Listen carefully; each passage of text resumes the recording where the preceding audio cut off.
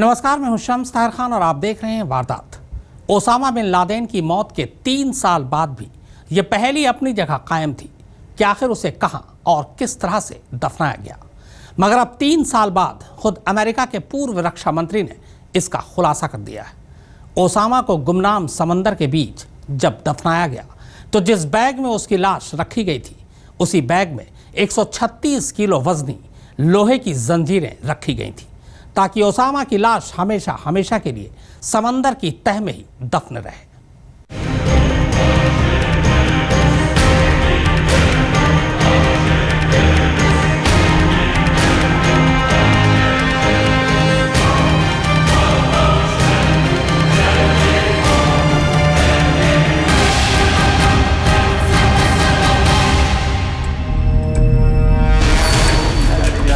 उसने दुनिया भर में नामालूम कितने बेगुनाहों की कब्र खोदी थी,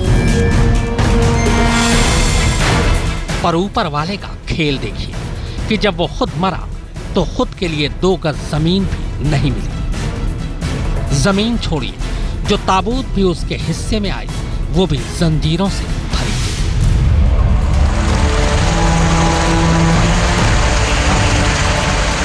ये तो आप सबको पता है कि अमेरिका ने ओसामा बिन लादेन को मारने के बाद उसकी लाश गुमनाम समंदर के बीचों बीच दफन कर दी थी। मगर ओसामा की लाश कैसे दफनाई गई? किस तरह के बैग में लाश रखी गई थी? क्यों उसकी लाश के साथ लोहे की वजनी जंजीरें डाली गई? और दफनाने से पहले कैसे उसके लिए दुआएं मांगी गई? इसका खुलासा अब हुआ है। अमेरिका के पूर्व रक्षा मंत्री और अमेरिकी खुफिया एजेंसी CIA के पूर्व निदेशक लियोन पैनेटा ने अपनी किताब में पहली बार ओसामा बिन लादेन के आखिरी सफर का खुलासा किया है। अमेरिका पाकिस्तान में ओसामा की लाश नहीं छोड़ना चाहता था।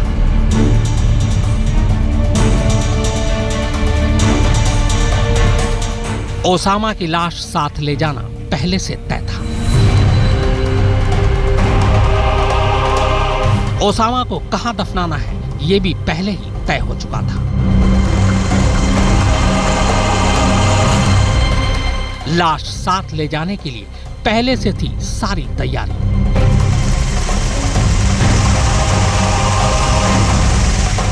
लियोन पैनेटा के मुताबिक पाकिस्तान के एबटाबाद में ओसामा को गोली मारने के बाद उसकी लाश काले रंग के एक बैग में डाली गई थी। इसके बाद उस बैग को ऑपरेशन में इस्तेमाल हेलीकॉप्टर में रखकर अफगानिस्तान में अमेरिकी एयरबेस तक ले जाया गया। अमेरिकी एयरबेस से ओसामा की लाश को समंदर में इंतजार कर रहे विमान वाहक पोत USS कार्ल विंसन तक ले जाया गया। पैनेटा ने अपनी किताब worthy fights a memoir of leadership in war and peace में लिखा है कि ओसामा बिन लादेन की लाश को बाकायदा मुस्लिम रीति रिवाज से दफनाया गया था। दफनाने से पहले बाकायदा ओसामा को सफेद कफन से ढका गया और अरबी में दुआएं पढ़ी।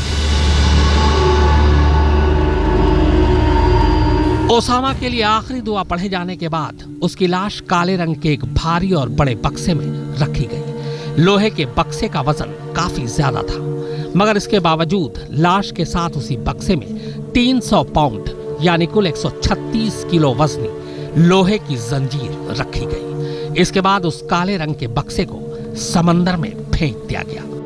लाश के साथ बक्से में 136 किलो भारी जंजीर इसलिए रखी गई ताकि बक्सा हमेशा समंदर की तह में ही रहे, कभी ऊपर ना आ सके। ओसामा की लाश गुमनाम समंदर में इसलिए दफनाई गई क्योंकि अमेरिका नहीं चाहता था कि ओसामा की कहीं कब्र बने। अमेरिका को डर था कि ओसामा बिन लादेन को जहां भी दफनाया जाएगा वो जगह जिहादियों के लिए शहादत की निशानी बन जाएगी। ओसामा की कब्र न बनने देने के पीछे अमेरिका की सोच यही थी कि किसी भी हालत में मरने के बाद भी ओसामा को जिंदा न रहने दिया जाए। इसीलिए अमेरिका ने लाश को जमीन में दफनाने की बजाय समंदर में दफनाने का फैसला किया। पैनेटा ने अपनी किताब में यह भी खुलासा किया है कि कैसे एबटाबाद में ओसामा की मौत की खबर मिलने के बाद तत्कालीन पाकिस्तानी सेना अध्यक्ष जनरल कयानी के होश उड़ गए थे। पैनेटा ने लिखा है कि पहले ओसामा की मौत का ऐलान जनरल कयानी को ही करना था, क्योंकि ओसामा की मौत पाकिस्तान के एबटाबाद में हुई थी। मगर कयानी को डर था कि अगर उन्होंने ओसामा की मौत का ऐलान किया तो पाकिस्तान में कट्टरपंथी हंगामा मचा देंगे। लिहाजा जनरल कयानी ने अपील की कि अमेरिकी राष्ट्रपति बराक ओबामा ही ओसामा की मौत का ऐलान करें, और बाद में ऐसा ही हुआ। आज तक ब्यूरो। 2 मई 2011 को दुनिया के most wanted terrorist Osama bin Laden का खात्मा हुआ था, और इसके साथ ही 10 साल बाद अमेरिका ने 9/11 का बदला लिया। अब तक के सबसे बड़े और खतरनाक ऑपरेशन में अमेरिका ने पाकिस्तान में घुसकर ओसामा को मारा था। सिर्फ 38 मिनट के ऑपरेशन में ओसामा बिन लादेन खत्म हो गया। लेकिन आप ये जानकर हैरान रह जाएंगे कि इस 38 मिनट की तैयारी 9 साल तक चलती रही। All units, Irene. I say again, Irene.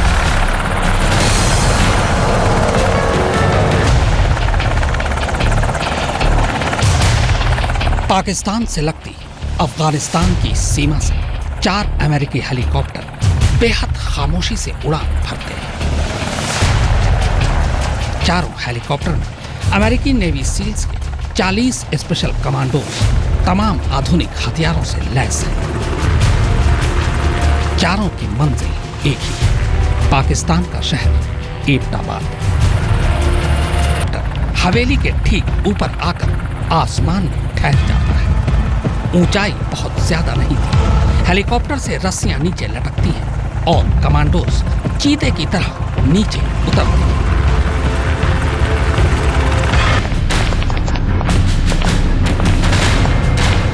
Commando सबसे पहले ग्राउंड फ्लोर में घुसते हैं, पर पूरा फ्लोर छान मारने के बाद भी उन्हें कोई नहीं मिलता। इसी बीच सील कमांडो की दूसरी टीम पहली मंजिल पर ही दूसरे कमरे में धावा बोल चुकी थी। इस कमरे में ओसामा का दूसरा कुरियर सो रहा था।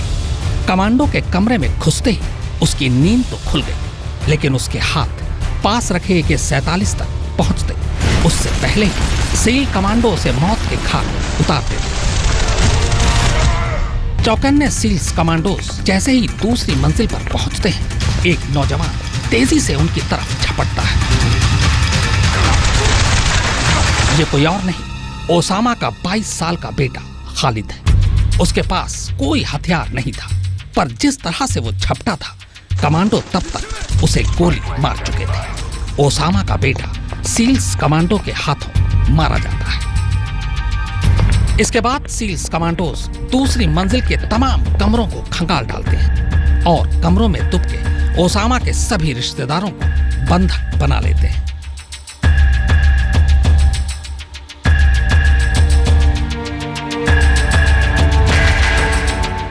US navy seal commando team Abbottabad में ओसामा की कोठी की छत और 2 फ्लोर पर कब्जा कर चुकी थी।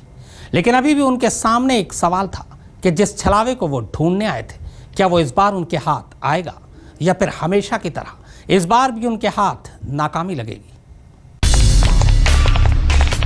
सेल्स कमांडोज की एक टीम पहले ही तीसरी मंजिल की छत पर कब्जा कर चुकी थी, यानी उसने ऊपर से तीसरी मंजिल को घेर रखा था। अब दूसरी टीम दबे पांव सीढ़ी के रास्ते तीसरी मंजिल की तरफ बढ़ती है। कमांडो ऊपर की तरफ जा ही रहे थे कि तभी एक बूढ़ा शख्स उसी सीढ़ी की तरफ आता दिखाई देता है। सील्स कमांडो फौरन उस पर फायर कर देता है, लेकिन गोली उसे नहीं लगती और वह उल्टे पांव कमरे की तरफ भागता है। इसके बाद जैसे ही वो दूसरे कमरे में घुसते हैं, तभी अचानक पर्दे में एक औरत उनके सामने दीवार बनकर खड़ी हो जाती है। जोखिम लेना खतरनाक था, लिहाजा सील्स कमांडो औरत के पैर में गोली मार देते हैं। गोली लगते ही वो नीचे गिर पड़ती है और उसके नीचे गिरते ही ठीक उसके पीछे खड़ा वो शख्स पहली बार नजर आता है, जिसे अमेरिका पिछले 10 सालों से ढूंढ रहा है।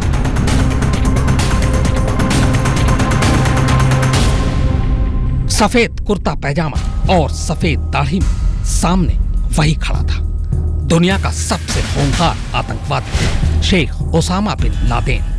बिल्कुल निहत्था, भौचक्का और सन्न। ओसामा बेशक कमांडोज के निशाने पर और कब्जे में था, मगर खतरा टला नहीं था। कुर्ता पैजामा पहने ओसामा ऊपर से भले ही निहत्था दिख रहा था, पर क्या पता उसने कपड़े के नीचे बम छुपा रखा हो। हर लम्हा खतरनाक था, कुछ भी हो सकता था। ओसामा की हरकतों से कतई ऐसा नहीं लग रहा था कि वो चुपचाप सरेंडर करेगा। लिहाजा बिना वक्त गंवाए एक कमांडो ओसामा को निशाने पर लेकर चीख पड़ा, डोंट मूव, डोंट मूव।